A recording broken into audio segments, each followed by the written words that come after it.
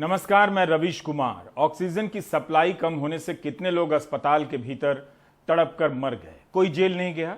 दिल्ली के भी 2 अस्पतालों में 37 लोग मर गए। टाइम्स ऑफ इंडिया की रिपोर्ट के अनुसार गोवा के गोवा मेडिकल कॉलेज में ऑक्सीजन की आपूर्ति में बाधा से 80 से अधिक लोग मर गए, कोई जेल नहीं गया। दिल्ली में पोस्टर लगाने के जुर्म में 25 लोग जेल चले गए। दिल्ली पुलिस ने 25 FIR कर दी है। उन लोगों को गिरफ्तार कर लिया है जिनकी 1 साल के दौरान कमाई कम हो गई, दिहाड़ी बंद हो गई थी, जिन्हें लगा कि पोस्टर लगाने से कुछ पैसे मिल जाएंगे। इंडियन एक्सप्रेस में गिरफ्तार हुए लोगों का ब्यौरा भी छपा है। मोदी जी हमारे बच्चों की वैक्सीन विदेश क्यों भेज दिया, इतना ही लिखा है इस पोस्टर में। लेकिन सार्वजनिक संपत्ति को विकृत करने के आरोप में मामला दर्ज हो गया और गिरफ्तारियां हो गई। ऐसी खबरों को देखकर आप थोड़ा और डरे होंगे कि लोग भले तड़प कर मर जाएं, बोलना नहीं है, चुप रहना है। आप डरते आ रहे थे और आप डरते भी रहेंगे। आपके डरने से एक फायदा होगा, जेलें नहीं भरेंगी। इतने लोगों को जेल में भरना आसान भी नहीं, तो आप घर में डर से दुबक कर सरकार की मदद कर रहे हैं। अपने घर को ही जेल समझ लीजिए। Do you get my point? राजनीतिक दलों में आम आदमी पार्टी ने सबसे पहले विदेशों में टीका भेजने को लेकर सवाल उठाया और प्रधानमंत्री को पत्र तक लिखा। दूसरे दल भी उठाने लगे, लेकिन गिरफ्तारी का विरोध करने में कांग्रेस आगे निकल गई। पोस्टर मामले में गिरफ्तारी के बाद रविवार को राहुल गांधी, प्रियंका गांधी, कांग्रेस प्रवक्ता पवन खेड़ा, कांग्रेस नेता जयराम रमेश ने इस पोस्टर को ट्वीट किया और कहा कि हमें भी गिरफ्तार करो। कई नेताओं ने तो इस पोस्टर को अपने प्रोफाइल पिक्चर में ही लगा लिया है। साथ ही कई आम लोगों ने भी ट्वीट किया कि हमें गिरफ्तार करो। अभी तक इनमें से किसी की गिरफ्तारी नहीं हुई है। रविवार शाम को आम आदमी पार्टी ने एक बयान जारी कर कहा कि ऐसे पोस्टर और छपवाएंगे। क्या वाकई में कांग्रेस और आम आदमी पार्टी दिल्ली में ऐसे पोस्टर छापकर लगाने का अब साहस करेगी? हमारी वैक्सीन विदेशों में क्यों बेच दी? ऑक्सीजन क्यों नहीं है इस देश में? दवाइयां क्यों नहीं मिल रही इस देश में? क्यों लाशों को छिपाया जा रहा है? क्यों मीडिया को धमकाया जा रहा है जो लाशें दिखा रहा है? सब अपना काम कर रहे हैं। अगर कोई काम नहीं कर रहा था अपना, जो पकड़ा गया काम नहीं करते हुए, वो आप हैं। इससे सवाल आपसे पूछे जाए। ये पोस्टर मैं भी लेकर बैठा हुआ हूं, आपको कोई जांच करने की जरूरत नहीं है। और मैं भी यही कह रहा हूं कि मोदी जी हमारे बच्चों की वैक्सीन विदेश क्यों भेज दी। अब अगर ये कहना और ये लिखना गुनाह है तो आप तत्काल हम लोगों को गिरफ्तार करके जेल में डाल दीजिए। जितनी संगीन धाराओं में FIR लिख सकते हैं FIR लिख दीजिए, मुकदमा दर्ज कर दीजिए। मोदी जी हमारे बच्चों की वैक्सीन विदेश क्यों भेज दिया, इतनी सी बात पर पोस्टर लिख देने से जेल हो गई। 27 मार्च को संयुक्त राष्ट्र की आम सभा में भारत के प्रतिनिधि ही कह रहे हैं, जितना देश के लोगों को टीका नहीं दिया, उससे ज्यादा विदेश के लोगों को दे दिया। यही सवाल तो पोस्टर वाले ने पूछा है कि क्यों दिया। 14 मई के प्राइम टाइम में हमने इसके बारे में विस्तार से बताया है, YouTube पर आप देख सकते हैं। India will not only be vaccinating 300 million of its own frontline workers over the next 6 months, but in the process has also supplied vaccines to over 70 nations. In fact, as of today, we have supplied more vaccines globally than have vaccinated our own people. वैसे इसमें वाहवाही लूटने वाली कोई बात नहीं थी कि हमने अपने लोगों के लिए कम, दूसरों के लिए ज्यादा टीके भेजे। 23 मार्च को राज्यसभा सांसद संभाजी छत्रपति के सवालों के जवाब में स्वास्थ्य राज्य मंत्री राज्यसभा में लिखित जवाब देते हैं और सरकार की नीति बताते हैं। आप भी गौर से सुनिए, इससे पता चलेगा कि सरकार क्यों विदेशों को निर्यात कर रही थी या मदद कर रही थी। मंत्री जी कहते हैं, किसी भी स्थानीय बीमारी के महामारी का रूप लेने पर संपूर्ण विश्व को एक इकाई के तौर पर मानते हुए इसका प्रबंधन करना होता है और अधिकांश परिस्थितियों में किसी राज्य विशिष्ट अथवा देश विशिष्ट दृष्टिकोण के साथ कार्य करना संभव नहीं होता है।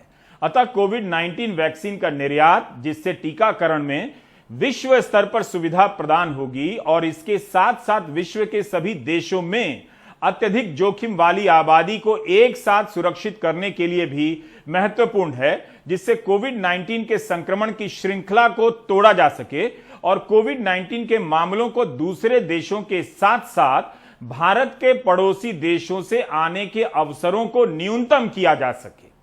स्वास्थ्य राज्य मंत्री अश्विनी चौबे टीके को लेकर किए गए सवाल के लिखित जवाब में कह रहे हैं कि किसी देश या राज्य के नजरिए से प्रबंध नहीं किया जा सकता है। दुनिया की आबादी 7 अरब है। मोदी सरकार 1 करोड़ टीका लेकर कोरोना का ग्लोबल चेन तोड़ने निकली है। यह पता ही नहीं था। यह तो वैसे ही हुआ कि कोई समंदर में कील ठोकने निकला हो। दुनिया के बड़े देश अपनी आबादी से अधिक टीका खरीद रहे हैं।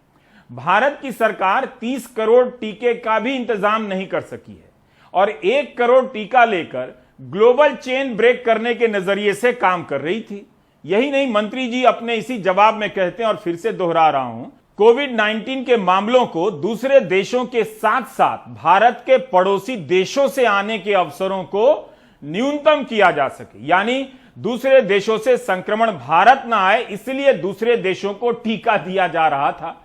इस हिसाब से अश्विनी चौबे को सारा टीका लादकर लंदन चले जाना चाहिए था ताकि लंदन से कोविड का कोई वायरस भारत ना आ सके। आप सीरियस है ना? Never joke and laugh while watching prime time. यह होती है नीति। इंडिया में कोरोना के चेन को तोड़ने की जगह दूसरे देशों के चेन को तोड़ रहे थे। मई महीने में सीरम इंस्टीट्यूट के ऑर्डर पूनावाला फाइनेंशियल टाइम्स से कहते हैं कि उन्हें कोई ऑर्डर ही नहीं मिला। हमने सोचा ही नहीं कि 1 साल में 1 अरब से ज्यादा डोज बनाने होंगे। सबको लगा कि भारत ने कोविड को हरा दिया है। क्या पूनावाला सही कह रहे हैं कि कोई ऑर्डर नहीं था? अच्छी बात है कि इस सच को सामने लाने के आरोप में पुलिस ने पूनावाला को गिरफ्तार नहीं किया है, लेकिन दिल्ली में पोस्टर वाला जेल चला गया है। तो हम ग्लोबल चेन तोड़ने के लिए टीका बाहर भेज रहे थे। क्या शानदार आइडिया है। लेकिन वायरस को अपने यहां समझने के लिए जो सिस्टम है उसको तोड़ने में लगे थे।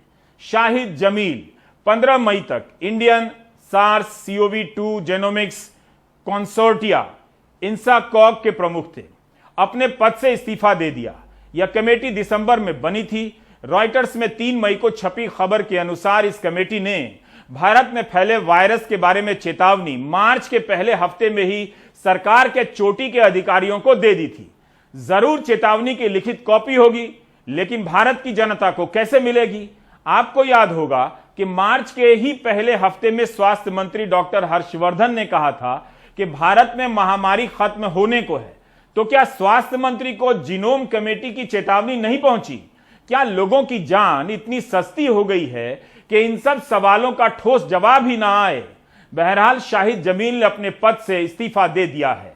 शाहिद जमील ने जिस कमेटी की अध्यक्षता से इस्तीफा दिया है उसका काम है यह पता लगाना कि वायरस कहीं रूप बदलकर जानलेवा तो नहीं हो रहा है। उन्होंने इस्तीफे का कारण नहीं बताया, लेकिन कहा जा रहा है कि मई महीने में न्यूयॉर्क टाइम्स में उन्होंने एक लेख लिखा जिसके कारण दबाव बनाया गया उन पर। इस वक्त जब लोग जानना चाहते हैं कि क्या वायरस और जानलेवा हो जाएगा या कमजोर होगा, इन सब के बीच इसका पता लगाने वाले समूह के प्रमुख को इस्तीफा देना पड़ रहा है। 13 मई को शाहिद जमील ने न्यूयॉर्क टाइम्स में लिखा है कि वैज्ञानिक चाहते हैं कि तथ्यों के आधार पर नीति बने, लेकिन उनकी बातें सुनी नहीं जा रही हैं। Scientist were facing stubborn resistance to evidence based policy making. Jalil लिखते हैं कि 30 अप्रैल को 800 वैज्ञानिकों ने प्रधानमंत्री से अपील की कि हमें डेटा दिया जाए जिसका हम अध्ययन कर सकें, बता सकें कि भविष्य में क्या होने वाला है और महामारी को रोका जा सके। लेकिन डेटा के आधार पर फैसले नहीं हो रहे हैं। इसलिए भारत में महामारी नियंत्रण से बाहर हो गई है और इस कारण लोगों की जो जानें जा रही हैं उसका सदमा स्थायी रूप से बना रहेगा। भारत के 800 वैज्ञानिक प्रधानमंत्री मोदी को पत्र लिख रहे हैं कि हमें डेटा दिया जाए ताकि वायरस का अध्ययन कर सके। अब तक इस पत्र पर 900 से अधिक वैज्ञानिकों ने दस्तखत किए हैं। पत्र लिखने वालों में पार्था मजुमदार भी हैं, जिन्हें भारत में जीन गुरु कहा जाता है, जो national institute of biomedical genomics के निदेशक हैं। जीन गुरु डेटा ना मिलने की शिकायत कर रहे हैं। जाहिर है इन वैज्ञानिकों को भी यह लगता होगा कि उनके सामने देश के लोग इस तरह तड़पा तड़पा कर मारे जा रहे हैं, मर रहे हैं और वे कुछ नहीं कर पा रहे हैं। 900 वैज्ञानिकों का पत्र लिखना क्या सामान्य घटना है? पत्र लिखने वाले वैज्ञानिकों में LS शशिधर भी हैं, जो Indian institute of science education और रिसर्च में प्रोफेसर हैं। Professor LS Shashidhar international union of biological science के अध्यक्ष हैं। इस स्तर के लोगों को पत्र लिखना पड़ रहा है कि हमें डेटा दिया जाए ताकि हम बता सकें, अध्ययन कर सकें कि यह वायरस भविष्य में क्या रुख लेगा। इस पत्र में तो यह भी लिखा है कि आत्मनिर्भर भारत की नीति के कारण वैज्ञानिक उपकरणों का आयात करना एक जटिल काम हो गया है, काफी समय लग रहा है। इसके लिए मंत्रालयों के सचिव से मंजूरी लेनी पड़ रही है।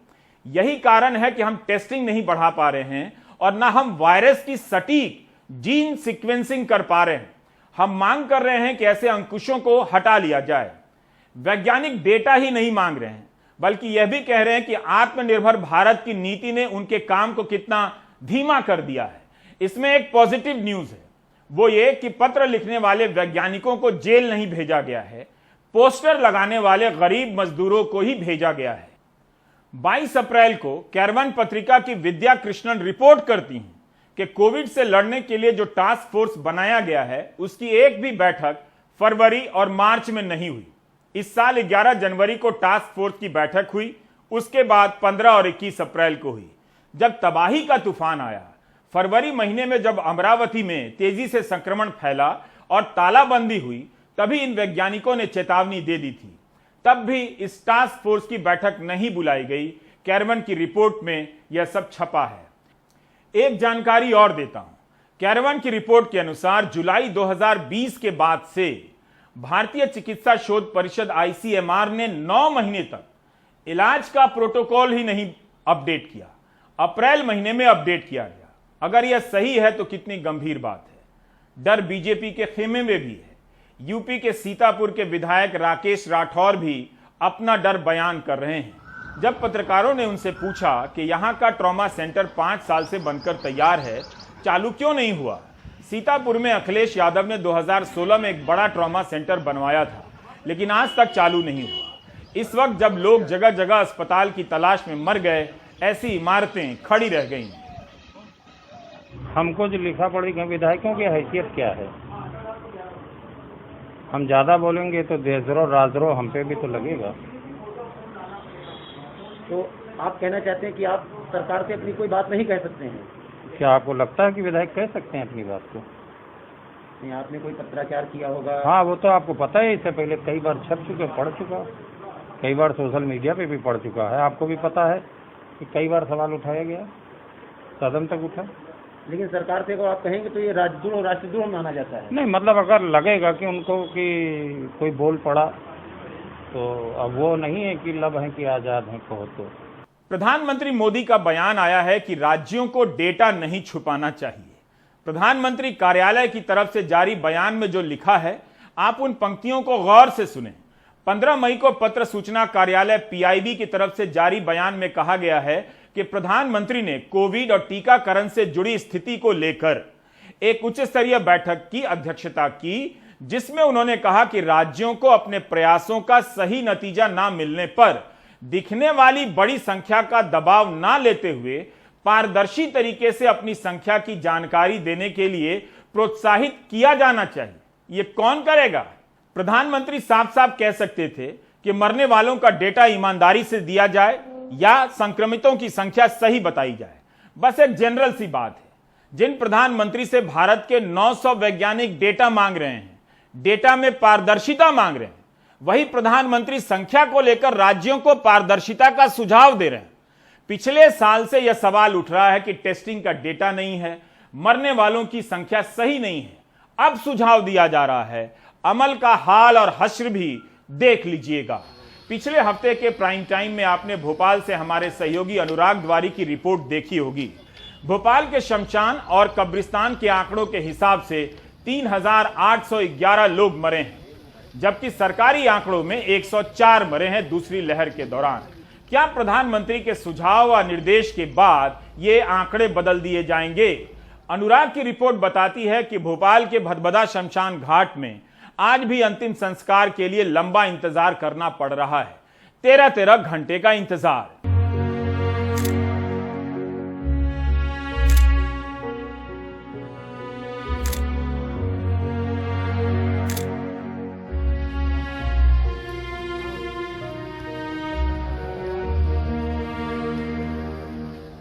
भोपाल के सबसे बड़े शमशान में कोरोना के शवों के आंकड़ों का अंतिम संस्कार होता रहा।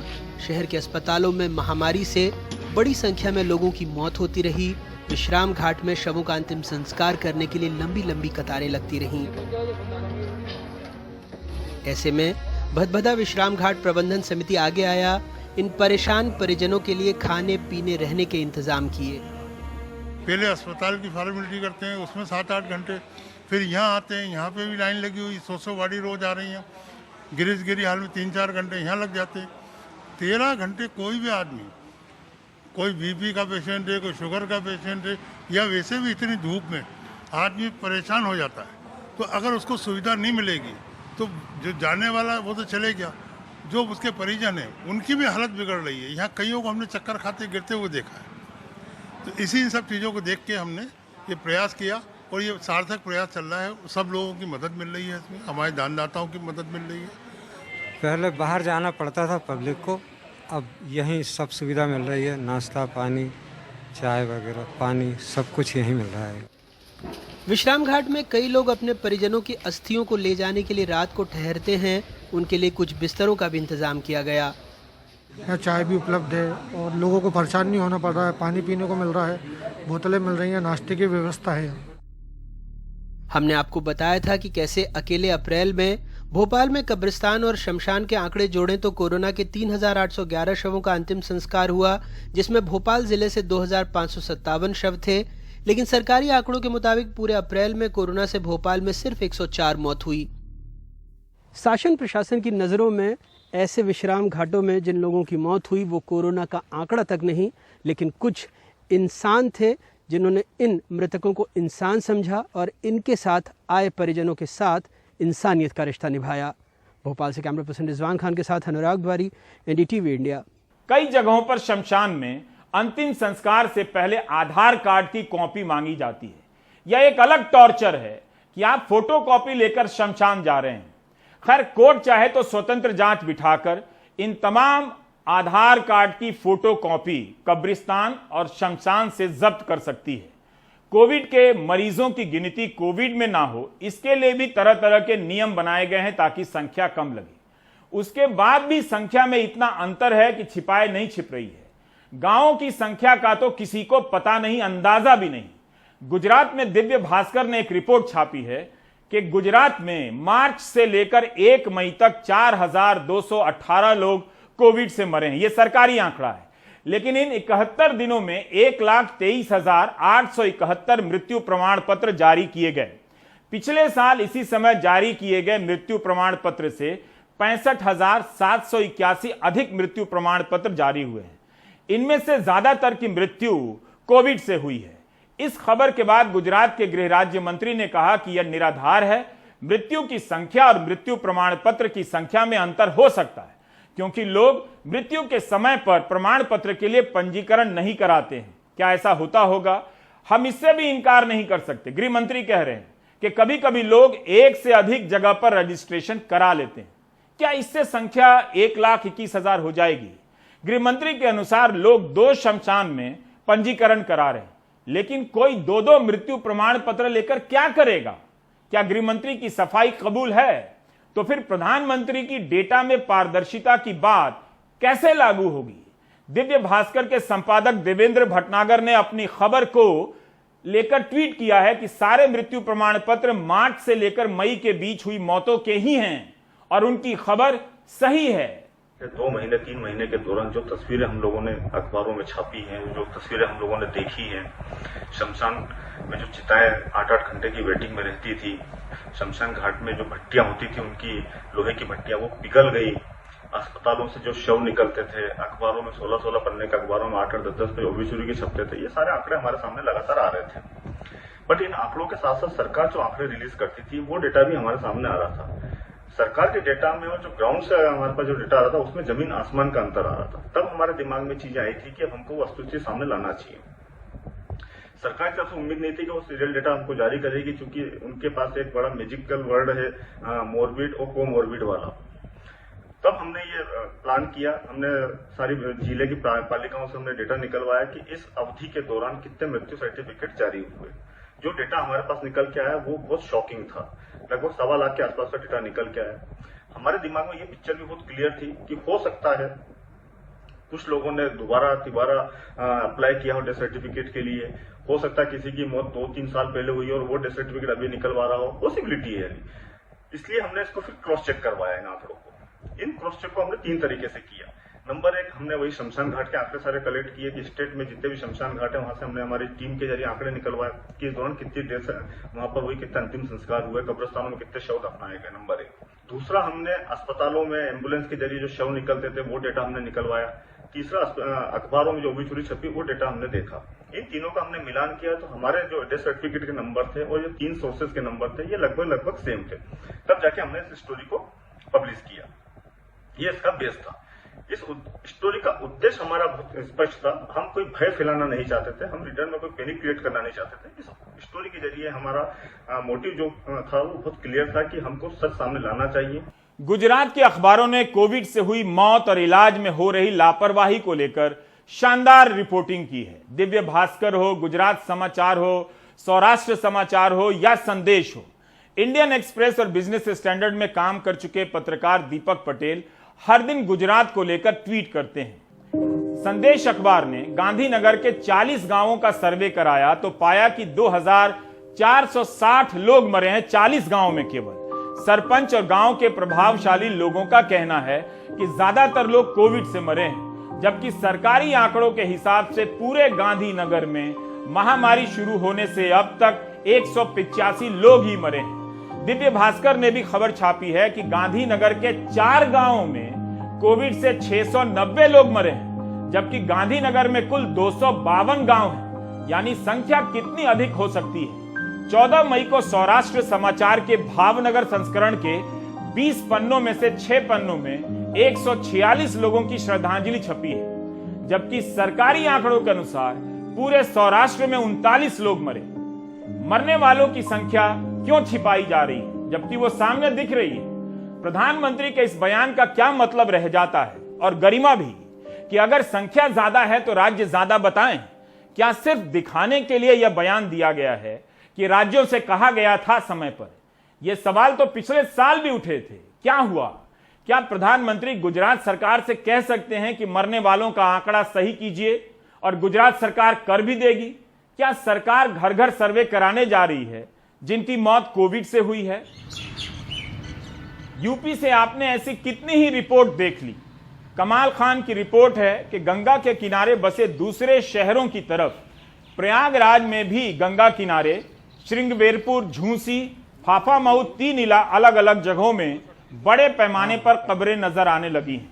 यहां इतने ज्यादा शव हो गए हैं कि कई लोग यहां शव दफनाकर उसके चारों तरफ बांस गाड़कर घेरा बना दे रहे हैं ताकि कोई खाली जगह समझकर उसे दूसरा शव दफनाने के लिए खोद न दे।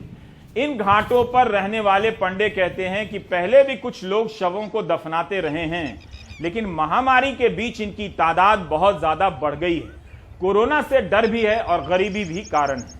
ऐसे में वे शवों को चुपचाप बालू में गाड़कर चले जाते हैं, नदी में डाल देते हैं। अब सरकार ने इन जगहों पर जल पुलिस और एसडीआरएफ की पेट्रोलिंग शुरू की है। सरकार लोगों को पारंपरिक तरीके से अंतिम संस्कार के लिए प्रेरित कर रही है और पैसे और लकड़ी भी दे रही है। उन्नाव और कन्नौज से भी इसी तरह की खबरें आ रही हैं। शमशान घाट में काम करने वाले लोग बता रहे हैं कि सरकार से ज्यादा मरने वालों की संख्या उनके यहां है। दैनिक भास्कर ने खबर छापी है कि गंगा के किनारे के 27 जिलों में 2000 शव बहते हुए या नदी के किनारे दफन पाए गए हैं। यह सिर्फ एक नदी की बात हो रही है, और भी कई नदियां हैं। सरकारी आंकड़ों में मरने वालों की संख्या पर सवाल उठते रहेंगे। फर्क किसे पड़ रहा है?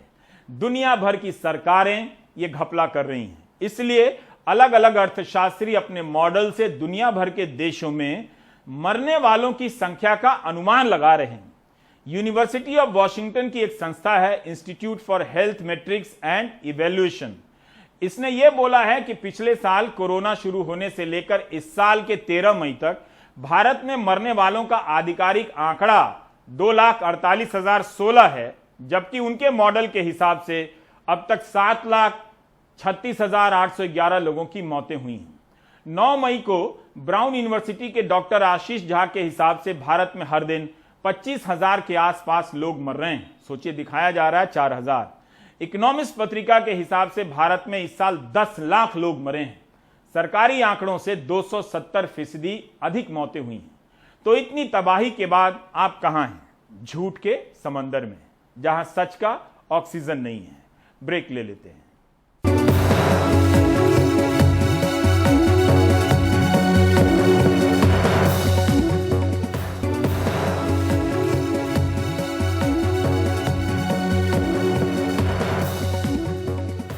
मुंबई में असर दिखाने के बाद ताउते चक्रवाती तूफान जब गुजरात की तरफ बढ़ा तो इस बात को लेकर चिंता होने लगी कि अगर यहां के ऑक्सीजन सप्लाई के केंद्र प्रभावित हुए तो पश्चिम के अधिकांश राज्य प्रभावित हो सकते हैं, क्योंकि इन्हीं इलाकों से ऑक्सीजन की सप्लाई उन राज्यों में होती है। इसे लेकर हिमांशु शेखर मिश्रा ने एनडीआरएफ के डायरेक्टर जनरल से बात की है कि इस तूफान के कारण कोविड के मरीजों के लिए ऑक्सीजन की सप्लाई पर क्या असर पड़ सकता है, किस तरह की चुनौतियां हैं। मैं इस वक्त एनडीआरएफ हेडक्वार्टर के कंट्रोल रूम में हूं और यहां पर minute by minute online monitoring की जा रही है। जिस तरह से साइक्लोन ताउते को लेकर तैयारियां की जा रही हैं, आप देख सकते हैं इन तस्वीरों में ये एनडीआरएफ के जवान हैं जो ग्राउंड पर काम कर रहे हैं और उनकी जो ये तस्वीरें हैं वो लगातार उनके हेडक्वार्टर में पहुंचाई जा रही हैं। और इसके साथ ही जो दूसरी स्क्रीन है इसमें आईएमडी की तरफ से जो एनडीआरएफ हेडक्वार्टर में डाटा भेजा जा रहा है उसकी एक इमेज यहाँ पर है। और ये ट्रेजेक्ट्री है साइक्लोन का, किस तरह से साइक्लोन आगे बढ़ रहा है और उसका कहाँ कहाँ पर असर होने वाला है। और सबसे महत्वपूर्ण स्लाइड, जो तीसरी स्लाइड है, वो एनडीआरएफ के डिप्लॉयमेंट की है, किस तरह से फोर्सेस की डिप्लॉयमेंट यहाँ पर की गई है। और मेरे साथ एनडीआरएफ के डायरेक्टर जनरल एसएन प्रधान हैं। सबसे पहला सवाल यही है कि आपने कितनी टीमें डिप्लॉय की हैं और किस तरह से आपने उनको कहाँ कहाँ पर रखा है? देखिए, जो टीमें हैं वो लगभग 100 से ज़्यादा टीमें हैं और आप स्क्रीन पर देख सकते हैं कि टीमों का यहाँ डिस्ट्रीब्यूशन है। ऑलरेडी गुजरात और ड्यू मिला के 46 टीम्स डिप्लॉयड है एंड यू कैन सी कि उनको किस तरह से जो बल्ज है, गुजरात का बल्ज है, सदर्न बल्ज, उसमें डिप्लॉय किया गया है। द्वारका में 2, पोरबंदर में 2। These are the impact districts. इसी जगह इम्पैक्ट होने की संभावना है। और जो इम्पैक्ट एक्सेस है वो जूनागढ़ के आसपास यहाँ पर है, लगभग बल्ज के टिप पर है, दीव के ऊपर है, तो यहाँ पर लैंडिंग होने की संभावना है। और बाकी राज्यों में भी डिस्ट्रीब्यूशन हुआ है। तो टोटल 101 टीमें हैं जिसमें से लगभग 46 टीमें गुजरात में हैं। एज यू कैन सी यहाँ पर जो आप मैप देख रहे हैं एक्सेस ऑफ द साइक्लोन का, तो इसमें लैंडिंग पॉइंट ये वाला है, दीव के जस्ट राइट में है। और ये 80 नॉट पे होगा 17 के 18 बजे, मतलब 6 बजे शाम को। 6 बजे शाम को 80 knot is almost 150-160 kilometres per hour, gusting to 185 kilometres. तो ये काफ़ी ज़्यादा स्पीड है और उम्मीद है कि उसमें जो इवैक्यूएशन का रोल है उसको हम लोगों ने तवज्जो दी है। एंड इवैक्यूएशन अगर हो जाता है, मैक्सिमली ऑप्टिमली हो जाता है, तो लाइफ सेव होते हैं। जीरो कैजुअलिटी अप्रोच जो सरकार ने लिया है उस पर हम लोग अमल कर रहे हैं। एक महत्वपूर्ण सवाल है कि ये साइक्लोन ऐसे वक्त पर हमला कर रहा है भारत पर जब हम ऑलरेडी कोरोना के जंग से लड़ रहे हैं। और ये सभी जो राज्य का जिक्र आपने किया, ये सभी कोरोना से भी बहुत ज़्यादा संक्रमित रहे हैं। गुजरात हो, गोवा हो, कर्नाटक हो। यहाँ पर कोविड प्रोटोकॉल के लिए आपने किस तरह के डायरेक्शन दिए? पिछले साल हम लोगों ने अम्फन साइक्लोन देखा, निसर्ग साइक्लोन देखा, साउथ में भी और साइक्लोन्स देखे। तो उससे क्या हुआ कि एक प्रोटोकॉल को डिसिप्लिन वे में किस तरह से ऑब्जर्व करना है, इसका एक्सपीरियंस मिला। लेकिन उस एक्सपीरियंस पर और ज़्यादा अमल करने की ज़रूरत पड़ रही है, क्योंकि अभी इन्फेक्शन का रेट बहुत ज़्यादा है, वेरिएंट ज़्यादा है। तो हम लोगों ने स्पेशल आउटफिट्स बनाए हैं, स्पेशल प्रोटोकॉल्स बनाए हैं। सभी लोग जो फील्ड में गए हुए हैं, वैसे तो 99% हमारे ऑलरेडी डबल वैक्सीनेटेड हो चुके हैं, डबल डोज से। लेकिन जो भी गए हैं, ऐसा कोई भी उसमें व्यक्ति नहीं है, ऑपरेटिव नहीं है, जो कोई कर्मी नहीं है जो कि डबल डोज वैक्सीनेशन लिया ना हो। सबसे पहली बात तो उससे प्रोटेक्शन मिलता है। दूसरा जो प्रोटेक्शन का मुद्दा है वो ये है सैनिटेशन प्रोटोकॉल, मास्किंग प्रोटोकॉल और जो कॉस्ट्यूम प्रोटोकॉल है उसको हम लोग यूज कर रहे हैं। और प्रिवेंटिव मेडिसिन भी दिया हुआ है और डॉक्टर्स भी साथ में हैं। सो इस तरह से, क्योंकि हमारे पास ये ऑप्शन नहीं है कि ऑपरेशन नहीं करें या ऐसे इलाके में नहीं जाए ये मानकर कि वो गांव या वो शहर या शहर का वो मोहल्ला कोविड इन्फेक्टेड ज़्यादा है, वो ऑप्शन हमारे पास नहीं है।